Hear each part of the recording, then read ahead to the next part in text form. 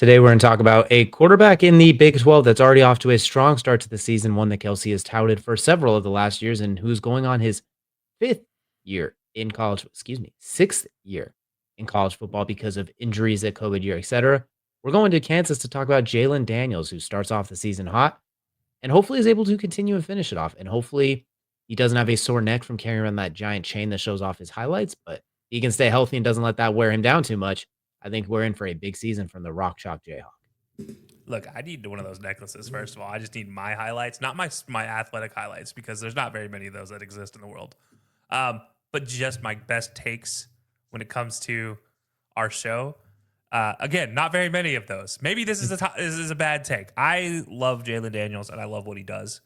Obviously, two bad seasons, a season of bad injuries, the last 2 out of the last 3 years. But one of those 3 years was a pretty good year for him in 2022.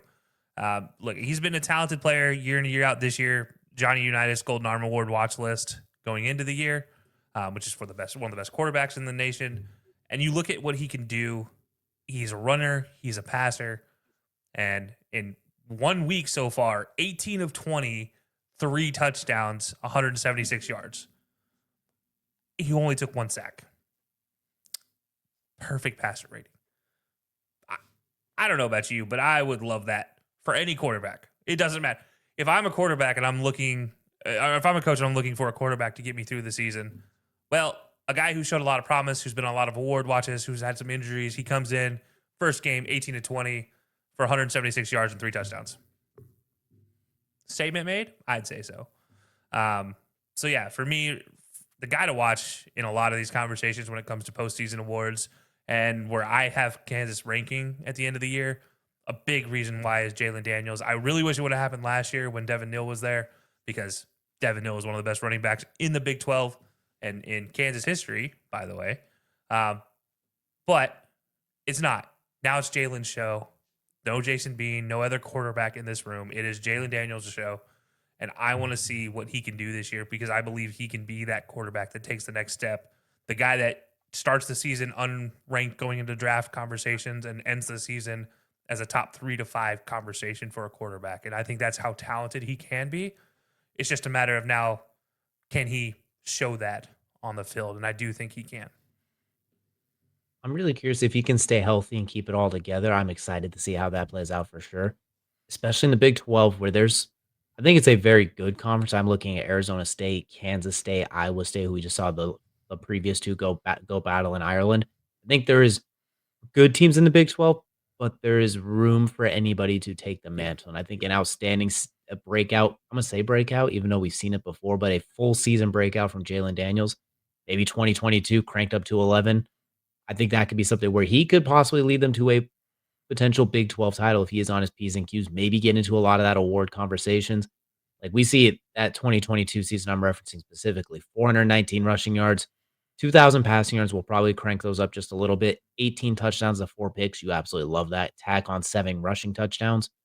Build off of that. If we can get something built similar to that, I think Kansas could be very much in the running for a Big 12 championship. You talked about dual threat ability that he offers, a whip of an arm, a very athletic, very good of as a playmaker too. Like he does a very good job playmaking across the board. It's not just always running or always throwing. He does a good job of mixing the both of them. So I'm excited to see how he fits in. And this Jayhawks team, they've been very competitive during the last few years. They just haven't quite been able to get over that hump to get into that Big 12 championship conversation necessarily. I think if they can stockpile on that a little bit, if those are, for lack of better terms, the building blocks, we're stacking blood, we're chopping wood, whatever goofy coach cliche you want to use, this would be a great. This is a prime opportunity for him to make that next step and take the entire Jayhawks with him, because they could be punching their tickets to a playoff game if he's able to hit his stride and the rest of the team's able to follow suit, especially if those other Big 12 teams I mentioned, they've lost some good players. They did, like Iowa State lost 2 NFL receivers to literally the Houston Texans. We saw Arizona State lost their meatball muscle hamster running back that everyone rallied behind. We see Kansas State lose their guys as well. Deuce Vaughn a couple of years ago. Avery Johnson did look good in week 1, but they still did fall to Iowa State. So it's wide open. It's the wild, wild Big West in the Big 12, and Kansas has as good a shot as anybody, especially if Jalon Daniels hits the peak you've been looking for these last couple of years.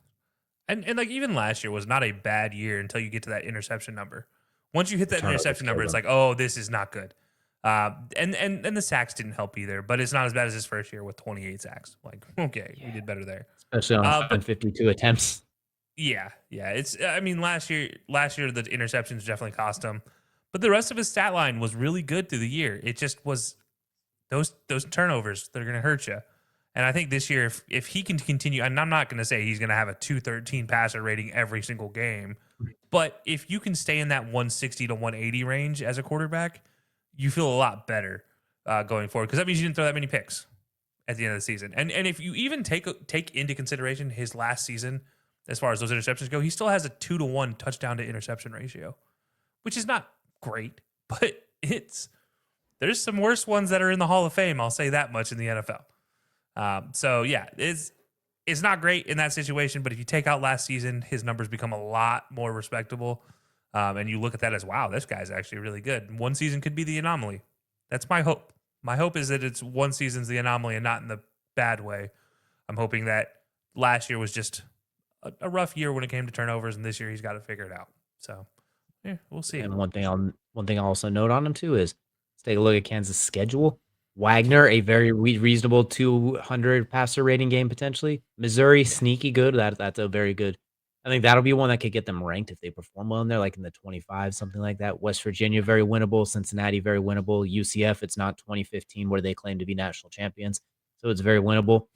Texas Tech, I don't know if they will still be ranked at that point, but I think Kansas will also be ranked. So there's a them and Kansas State back to back, I think will be some very good ones for them, especially Kansas State, who was very well thought of to be a Big 12 favorite. I think if they depend on how those play out, then of course Iowa State and Utah to round out the season. They are sneaky good at annoying teams in November. They have a history of ruining things in November. So I think they have what on paper isn't a terribly hard schedule, but there's a lot of good matchups that I think the college football watchers and the rankings committees and all that will see if they can get those wins or they perform well. Let's say they lose to Kansas State, but they beat everybody else, or they beat Kansas State but lose to Iowa State. However you want to slice it up, they could be very well in the running if they can get themselves into that conversation for the Big 12 championship game. So this could be maybe the sleeper team to watch out for a college football playoff spot, or just a sleeper team to ruin other people's chances. Like let's say Kansas State's only has the one loss up until that October 25th game. Kansas finds a way to knock them off. Jalon Daniels gives you a 3 touchdown, 1 rushing touchdown game, ruins Kansas State's chances at going to the playoffs potentially, or Iowa State in the same regard. Like, they're going to be very interesting whether they're a playoff contender or they're just a pain in the butt. And I think that's going to ride on Jalon Daniels staying healthy and playing his best football, which it's off to a hell of a start. It is off to a hell of a start that he'll do that. Yeah. One concern I do also have in this schedule is Arizona. Noah Fafita is still a quarterback that you have to be concerned about. Braden Locke is backup, also a quarterback you have to be concerned about. So yeah, Arizona is also those last 3 games are the most concerning thing on their schedule, but outside of Kansas State, because Avery Johnson we've seen is one of the best players in the nation at quarterback. Maybe not a top 10 guy, but he's not far outside of the top 10.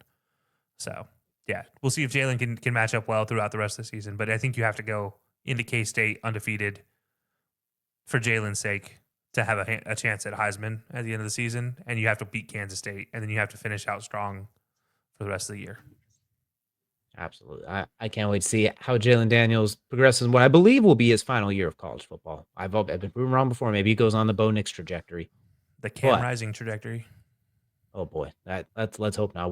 He'll his final year will be 2030 at that point. But I'm excited to see how it plays out too. So let us know what you all think about Jalon Daniels' chances moving forward in the season. If you think he has a little bit of a breakout, or what you think, how you think it will play out. But we can't wait to see it. Yeah, it's gonna be exciting. I don't know. I'm pumped to see it. Hey, absolutely. We'll see you all again next time.